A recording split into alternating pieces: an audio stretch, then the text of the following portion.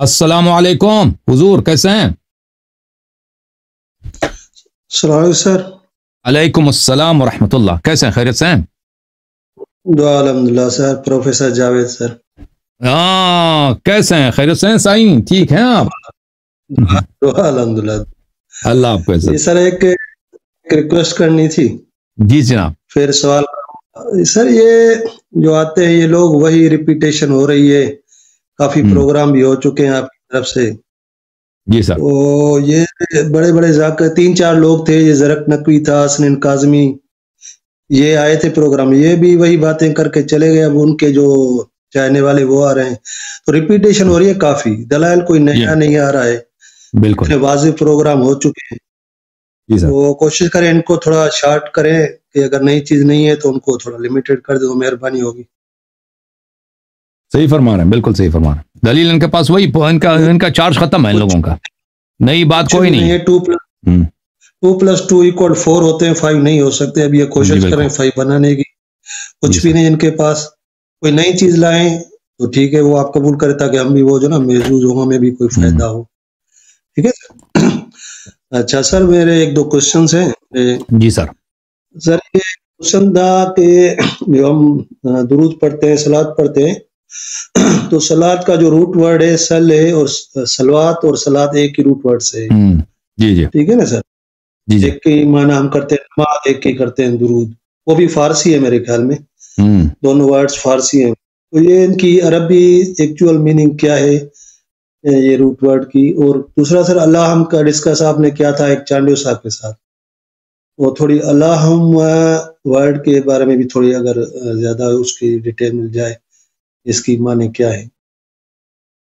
دیکھیں، اللہم کے متعلق یہ میم جو ہے یہ یا کا بدل ہے. یہ ہم یا اللہ کہتے ہیں نا، یا اللہ. تو یہ ایک جگہ نہیں، آپ جمع نہیں کر سکتے، نہیں کہہ سکتے یا اللہم.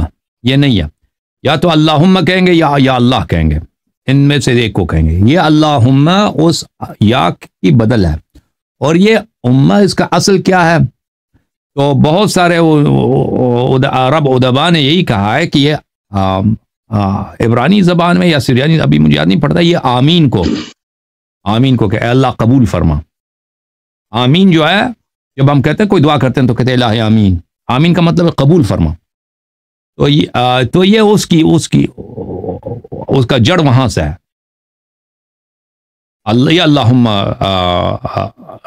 اللہم کا مطلب. اچھا، جب صلوات کے متعلق آپ نے پوچھا ہے تو آپ کی خدمت میں عرض کریں کہ میں کتاب آپ کو دکھاؤں، وسائل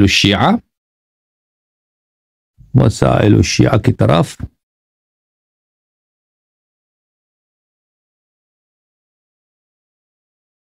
وسائل الشیعہ کہاں گیا؟ یہ جناب.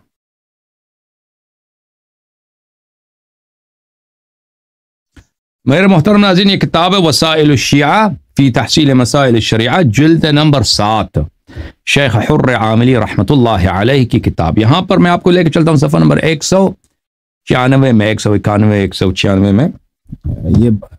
یہ کیفیت الصلاۃ علی محمد وآل محمد، یہ صفحہ نمبر 196 میں. اس میں حدیث نمبر 7 جو ہے، کون سی حدیث ہے بھائی؟ ایک منٹ. اس میں حدیث جو ہے باب کیفیت الصلاۃ علی محمد وآل محمد. ہاں، اس میں پہلی جو حدیث ہے اس باب میں، حدیث نمبر 9100.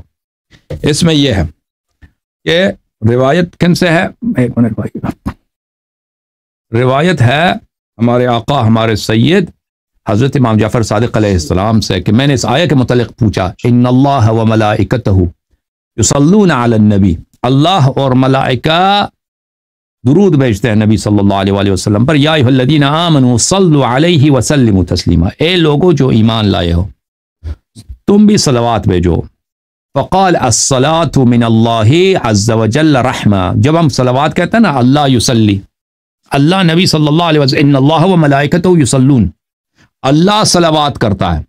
تو اللہ کی جانب سے کیا ہے؟ اللہ کی جانب سے صلوات رحمت ہے. ومن الملائکۃ تزکیہ، اور ملائکہ کی جانب سے پاک قرار دینا. تزکیہ کس کو بولتے ہیں؟ پاک قرار دینا. ان اللہ و ملائکتہ یصلون، اللہ تعالی اور ملائکہ صلوات کرتے ہیں. اللہ کی جانب اللہ صلوات بھیجتا ہے نبی صلی اللہ علیہ وسلم پر، یعنی رحمت. ملائکہ تزکیہ اور پاک قرار دیتے ہیں، یا مثلا تزکیہ سے مراد کے استغفار کرتے ہیں اہل بیت علیہ السلام کی شیعوں کے لیے. وَمِنَ النَّاسِ الدُّعَاء، اور لوگوں کی جانب سے جب صلوات کا ذکر ہوتا ہے تو اس کا مطلب دعا ہوتا ہے، ٹھیک ہے نا. صلات کے لغوی معنی جو ہیں دعا کے ہوتے ہیں، صلات کے لغوی جو معنی دعا ہیں، لیکن اللہ تعالیٰ جب صلات بھیجتا ہے تو اس سے مراد ہوتا ہے انزال رحمت. اوکے، یہ حدیث معصوم سے آپ کی جواب. جی سر، یہ سر دعا جو ہے اس کی بھی اب ایک ڈسکس میں آپ نے کیا، دعا پکار کے معنی میں اور دوسرا عبادت کے معنی میں، تو یہاں ہم کیا لیں گے؟ یہاں پہ اللہ تعالیٰ سے دعا کرنا، اللہ تعالیٰ سے دعا کرنا، پکارنا، یعنی ہم اللہ کو اللہ تعالیٰ سے گفتگو کرنا، اللہ تعالیٰ سے بات کرنا. جی جی سر، تھینک یو سر. ایک اور سوال تھا میرا. جی سر، یہ قرآن کے حوالے سے کہ قرآن صحابہ نے جمع کیا تھا اور ہمارا عقیدہ ہے، بلکہ اہل سنت کے ہم یہی ہے، اس پہ پروگرام بہت ہو چکے ہیں کہ وہ کمپلیٹ نہیں ہے، تو اس میں سے بہت ساری چیزیں جو ہیں امامت پہ یا اہل بیت کے فضائل سے نکالی گئی ہیں. تو یہ جو سر ہم دلائل دیتے ہیں سورہ حجرات ہے یا سورہ نور کہ کفر پہ جو دلائل ہیں وہ کیسے پھر قرآن میں آ گئی؟ وہ بھی تو یہ واضح نہیں ہے نا. یہ دیکھیں، یہ پہلی بات ہے کہ سب کچھ یہ چھپا نہیں سکتے. سورہ تحریم کو شاید عثمان نے اس لیے نہیں ہٹایا کیونکہ عثمان کی حکومت میں عائشہ سے بڑی مخالفت ہو چکی تھی. عائشہ قائد حزب اختلاف تھا عثمان کے زمانے میں. تو اگر عائشہ کا تعلقات عمر کے ساتھ بڑے اچھے تھے، عمر بہت سپورٹ کرتا تھا، بہت زیادہ اس کو پیسے دیتا تھا، اس کی بڑی عزت کرتا تھا. لیکن عثمان ایسا نہیں تھا. عثمان شروع میں عائشہ کے ساتھ تھا، بعد میں ان کا آپس میں اختلافات بہت بڑھ گئے تھے. تو یہ پہلی بات ہے. دوسری بات یہ ہے کہ سب کچھ کو چھپانا یہ ان کے لیے ناممکن تھا. یعنی جو مشہور سورہ ہیں، آیات ہیں، ان کو چھپانا ان کے لیے مشکل تھا. اور یہ اتنا مثلا واضح بھی نہیں تھا کہ نام کے ساتھ بہت ہی واضح طور پر اشارہ ہو. تو اس لیے کچھ آیات اگر ہیں تو ان کی ذہن کو یہ نہیں پہنچا تھا کہ یہ لوگ پکڑ لیں گے ہمیں. انہوں نے کہا تھا لوگوں کو سمجھ نہیں آئے گی، کچھ ہوگا، کیونکہ انہوں نے کمیٹی بنایا تھا. کمیٹی یا قرآن جمع کر رہے تھے، تو کمیٹی والے میں ہو سکتا ہے کہ آگے پیچھے کچھ ہو گیا ہو، ان میں سے کچھ سلپ کر گیا ہو. لیکن جو روایات میں یہ ملتا ہے، جو صریح آیات تھے ان کو ان لوگوں نے قبول نہیں کیا تھا، جو اس میں بہت زیادہ سخت قسم کے آیات تھے ان لوگوں کے متعلق. یہ سر لاسٹ کوشچن میرا سر. جی سر. ہوگا سر، یہ حدیث میں ہے کہ یہ جو ہمارے شیعہ ہیں ہماری مٹی سے بنے ہیں، یہ صحیح ہے سر؟ جی بالکل حدیث ہے، ہمارے نور سے بنے، ہمارے مٹی سے بنے، دونوں ہیں. اچھا، مٹی کا لفظ استعمال ہوا ہے؟ مٹی ہے نور، دونوں مٹی، کیونکہ اہل بیت علیہ الصلوۃ والسلام ایک اللہ کے نور سے بنے تھے کہ ان کے ارواح جو ہے نا اور ان کے ابدان جو ہے اللہ تعالیٰ نے ایک بہت ہی پاک مٹی سے بنایا. تو یہ روایات میں کہ اہل بیت علیہ السلام ہمارے مٹی سے بنے، تو جی ہاں، تو نور سے بھی بنے، مٹی سے بھی بنے. اوکے. تو سر یہ جیسے قرآن کو یہاں بلکہ خلقت کو دیکھیں تو آدم کے علاوہ تو کوئی بھی مٹی سے نہیں بنا، باقی سب پانی سے، نطفے سے پیدا ہوئے. دیکھیں انسان کی خلقت کس طرح ہوتی ہے. انسان کی خلقت، انسان جب رحم میں جاتا ہے نا تو ماں باپ کی جانب سے وہاں پہ انسان کا جین وہاں پہ منعقد ہوتا ہے، انسان کی جو فیٹس ہے وہاں بن جاتا ہے، نطفہ بن جاتا ہے. لیکن وہ وہاں پر اللہ تعالیٰ کیا کرتا ہے، رحم میں کیا ہوتا ہے، وہاں پہ بہت سارا رزق آ جاتا ہے. ٹھیک ہے نا. یہ رزق سب مٹی سے ہے. ماں جب کھانا کھاتی ہے یا دودھ پیتی ہے یا جو بھی اس ڈرنکس پیتی ہے، اس وہی خون بنتا ہے، وہی خون جا کے کیا بنتا ہے، خون جا کے انسان کے بدن میں چلا جاتا ہے. تو شیعوں کو اللہ تعالیٰ نے اہل بیت علیہ السلام کی مٹی سے بنایا ہے، اور پھر وہاں پر رحم میں ملائکہ بھی آتے ہیں، روایات میں موجود ہے. ملائکہ آتے ہیں وہاں پہ، روح پھینکتے ہیں، بہت کچھ ہوتا ہے چیز. اس طرح انسان کی خلقت بڑی عجیب چیز ہے.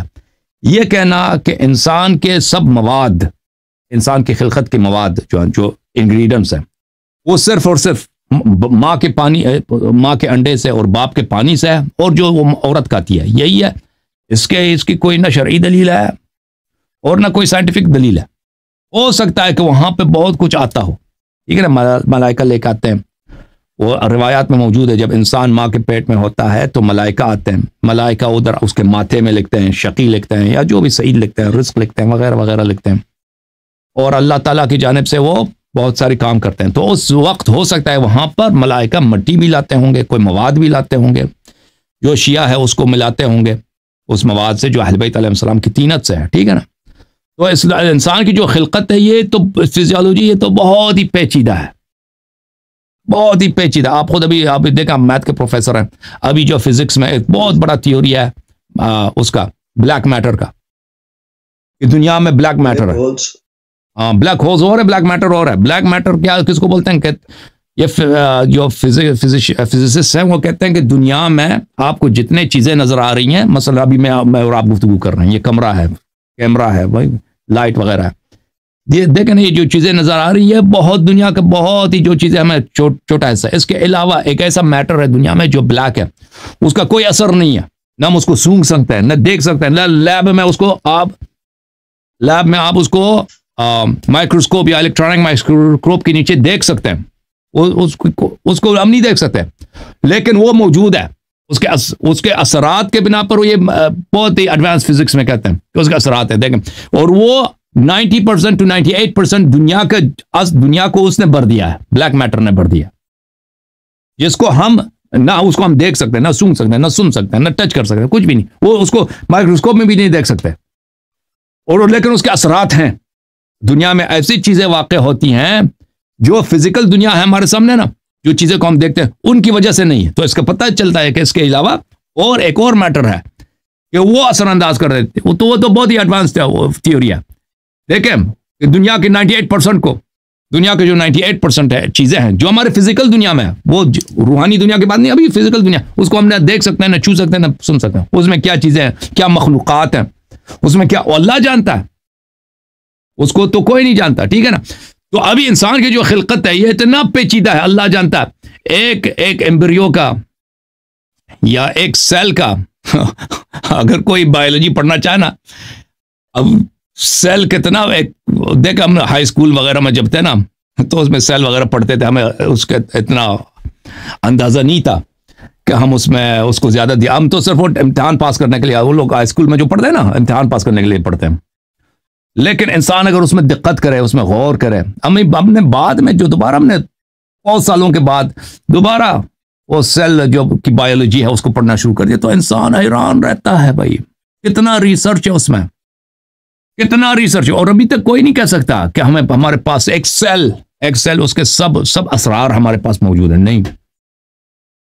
تو عرض یہ ہے کہ انسان کی جو ایمبریو ہے، انسان کی جو خلقت ہے وہ بہت ہی پیچیدہ ہے، بہت. اس میں کچھ چیزیں فزیکل ہیں، کچھ چیزیں اسپرچول ہیں، اور جو فزیکل سائڈ بھی ہے نا وہ سب ہمیں پتہ نہیں ہے، سائنس کو نہیں پتہ، بایولوجی کو نہیں پتہ. تو اس میں جیسے روایات میں کہ ملائکہ آتے ہیں ماں کے پیٹ میں، تو کوئی بعید نہیں ہے کہ وہاں پہ ایسے جو شیعہ حضرات ہیں ان کی خلقت کے لیے اللہ کی جانب سے ایسے مواد لے کے آئیں جو نہایت ہی مقدس ہیں، نہایت ہی پاک ہیں، جو اہل بیت علیہ السلام کی مٹی ہے جیسے روایات میں موجود ہے، وہ لے کے آئیں اور اس میں ملا دیں. اس میں کوئی اس کو نہ سائنس رد کر سکتا، کچھ بھی نہیں رکھ سکتا، کیونکہ حدیث میں موجود ہے کہ انسان کی خلقت، جو شیعوں کی خلقت ہے، یہ حدیث بہت زیادہ ہے، اہل بیت علیہ السلام کی مٹی سے ہے. جی سر بولیں.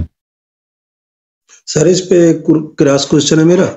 جی سر. یہ کہنا جیسے اللہ کہہ رہا ہے کہ میں نے ان کو اپنے نور سے پیدا کیا، تو یہ نور جو ہے یہ حقیقی ہے مجازن ہے ہدایت کے معنی میں؟ ہمیں نہیں معلوم. دیکھ اللہ تعالیٰ جب کہتا ہے بیتی، یہ میرا گھر ہے، ٹھیک ہے نا، اللہ تو وہاں تو رہتا تو نہیں ہے، یہ شرافت کے لیے. یہ گھر اتنا شریف ہے، اتنا پاک ہے، کعبہ شریف کی بات کر رہا ہوں، اس کو اللہ نے کہا میرا گھر. حالانکہ اللہ کا کوئی مکان ہے ہی نہیں، لا مکان ہے، ٹھیک ہے نا، مکان کا خالق ہوا ہے. اس نے کہا بیتی. اس نے حضرت آدم علیہ الصلوۃ والسلام کو خلق کیا، فنفخت فیہ من روحی، میں نے اپنی روح سے اس کو پھونک دیا. اللہ تعالیٰ کا روح ہے، مثلا روح سے الگ کر کے کچھ آدم میں پھونک دیا. اللہ تعالیٰ نہیں اس طرح کہ وہ اللہ سے کچھ الگ بھی ہو سکتا ہے، اپنا روح کاٹ کے اس میں ڈال دی. یہ روح ہی جو فرمایا ہے، یہ روح اتنا مقدس ہے، اتنا پاک ہے، اتنا شریف ہے، اس کو اپنی ذات سے نسبت دی ہے، ٹھیک ہے نا. تو اس طرح جب اللہ تعالیٰ فرماتا ہے کہ میں نے اہل بیت علیہ السلام کو اپنے نور سے خلق کیا ہے، تو اللہ تعالیٰ جو ہے، اللہ تعالیٰ کی ذات وہ کوئی فزیکل نور نہیں ہے، وہ اللہ تعالیٰ وہ ہمارے سمجھ میں نہیں آ سکتا۔ اللہ تعالیٰ اپنی مخلوقات سے متجزہ ہے، وہ کسی مخلوق اس کی شبیہ ہے ہی نہیں ہے۔ اللہ تعالیٰ اور اللہ تعالیٰ سے کوئی چیز الگ بھی نہیں ہوتا نا، اللہ تعالیٰ میں کوئی ترکیب بھی نہیں ہے، جو اس چیز میں ترکیب ہے وہ مخلوق ہے۔ ابھی میں ہوں، مجھ میں ترکیب ہے نا، یہ میرا دایاں ہاتھ ہے، بایاں ہاتھ ہے، یہ الگ الگ چیزیں ہیں۔ اللہ تعالیٰ سے کچھ نور لو کے الگ کریں، یہ اس کا سمجھ اس طرح نہیں ہے اللہ تعالیٰ سے کچھ چیز الگ ہوتا ہو، یا اللہ تعالیٰ کوئی چراغ ہے اس سے نور نکلتا ہے، وہ پھر اس نور کو اللہ نے کسی چیز کو خلق کیا۔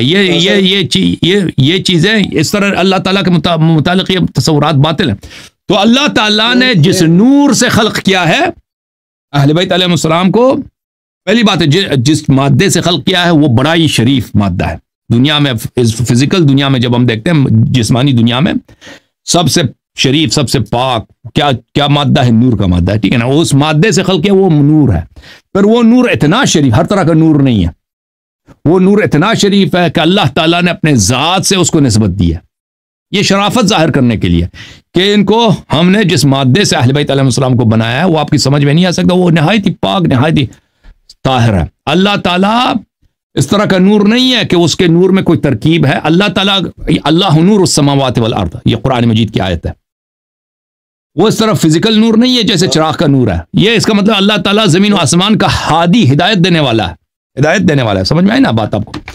اس طرح تو یہ میں نے ان کو نور سے خلق، اپنے نور سے خلق کیا ہے، یعنی ان کو نہایت ہی پاک مادے سے خلق کیا، اور وہ مادہ اپنی ذات سے نسبت دی ہے، جیسے کعبے کو اپنے سے نسبت دی ہے، کعبہ میرا گھر ہے، حالانکہ وہ اس کا گھر نہیں ہے، وہ رہتا ہی نہیں، اس کا مکان ہی نہیں ہے، ٹھیک ہے نا؟ یہ نور نہایت ہی پاک، نہایت ہی شریف، نہایت ہی مقدس ہے۔ جی سر یہ میرا ذہن ادھر نہیں جا رہا تھا، خیر میرا وہ سمجھ رہا ہوں، یہ جیسے فرشتے بنے اس کو نورانی کہتے ہیں، مخلوق ہے نا فرشتے، تو اس طرح ہے کوئی نور، کوئی الگ سے مادہ یا ہدایت بھی؟ یہ روایات میں مذکور نہیں ہے کہ وہ نور کیا چیز ہے، ٹھیک ہے نا؟ یہ ہم اپنے سے نہیں بنا سکتے کہ وہ نور کیا چیز ہے، یہی ہے کہ اللہ نے ان کو اپنے نور عظمت سے بنایا، نور کبریا سے بنایا، اب اپنے نور سے بنایا، یہ سب روایات میں ہے، لیکن وہ کیا ہے، وہ اس کی حقیقت کیا میں نہیں معلوم ہو، اس کی حقیقت کیا ہے؟ سر وہ سر ایک حدیث ہے، وہ ریفرنس تو مجھے ابھی نہیں پتا، کہ انہوں نے معصوم نے فرمایا تھا کہ ہماری خلقت نورانی ہے جیسے فرشتوں کی نورانی خلقت ہے۔ ان فرشتوں سے بھی نورانی طرح، جی ہاں، یہ تو بہت زیادہ ہے روایات میں کہ اللہ تعالیٰ نے ان کو اپنے نور سے خلق کیا، ٹھیک ہے نا؟ اپنے نور سے خلق کیا، بالکل بالکل بالکل، یہ روایات میں بہت زیادہ ہے، جی ہاں، لیکن وہ نور کیا چیز ہے، وہ نور کیا چیز ہے، اس کی ایکسپلینیشن نہیں ہے، ایکسپلینیشن اس کی توضیح نہیں ہے کہ وہ کیا چیز ہے، ٹھیک ہے نا؟ یہی کہہ سکتے ہیں کہ بھائی، یہی کہہ سکتے ہیں کہ ہمارے سمجھنے کے لیے، کیونکہ وہ دنیا ایک اور دنیا ہے، وہ عالم جو ہے، عالم بالا جو ہے، وہ ایک اور طرح کی دنیا ہے، اس کی چیزوں کی یہاں سے نسبت نہیں ہے۔ ہماری دنیا میں جو سب سے اعلیٰ چیز ہم دیکھتے ہیں، جو سب سے پاک چیز ہم دیکھتے ہیں، وہ کیا چیز ہے؟ وہ نور ہے، نور ہے، شاید اسی لیے نور سے تشبیہ دیا، نور کا لفظ استعمال کیا، اور فرمایا کہ میری نور، یعنی یہ مادہ اہل بیت علیہ السلام کا جو جڑ ہے وہ نہایت ہی پاک، نہایت ہی مقدس ہے، یہ بتانے کے لیے ہمیں جو سمجھ آ رہی ہے وہ یہ سمجھ آ رہی، ٹھیک ہے نا؟ ہاں، اور یہ اس کا لیکن اس کا جو قطعاً نہیں ہے اس آیت سے مراد وہ یہ ہے کہ اللہ تعالیٰ مرکب نہیں ہے، اللہ تعالیٰ جسمانی، یہ جسمانی چیزیں کے خواص ہیں کہ اسے ایک چیز الگ ہو سکتی ہے نا، کبھی میرا ہاتھ ہے، آپ میرا ہاتھ مجھ سے الگ کر دیں، یہ ہو سکتا ہے، آپ کسی آدمی کا ہاتھ اسے کاٹ کے الگ کر دیں نا، اللہ تعالیٰ نور ہے، اسے کاٹ کے کچھ نور کاٹ کے ہم اہل بیت علیہ السلام کو بنا دیں، یہ اس طرح نہیں ہے، اللہ تعالیٰ متجزی نہیں ہے، مرکب نہیں ہے، اللہ تعالیٰ میں کسی قسم کی ترکیب نہیں ہے، یہ دائیں ہیں، یہ بائیں، آگے پیچھے ہیں، جزو ہے، کل ہے، یہ کچھ بھی نہیں ہے اللہ تعالیٰ ایک، ہر لحاظ سے ایک ہے، اس کی ذات ایک، اس کی ذات میں کسی قسم کی دویت، ثانویت، دوسرا پن نہیں ہے، سمجھ آ رہی نا بات آپ کو؟ بعض جو غالی کہتا ہے نا کہ اللہ سے الگ کر کے، اللہ سے الگ کر کے اللہ وہ بنا دیا، اہل بیت بنا دیا، تو یہ جہالت ہے، کفر ہے۔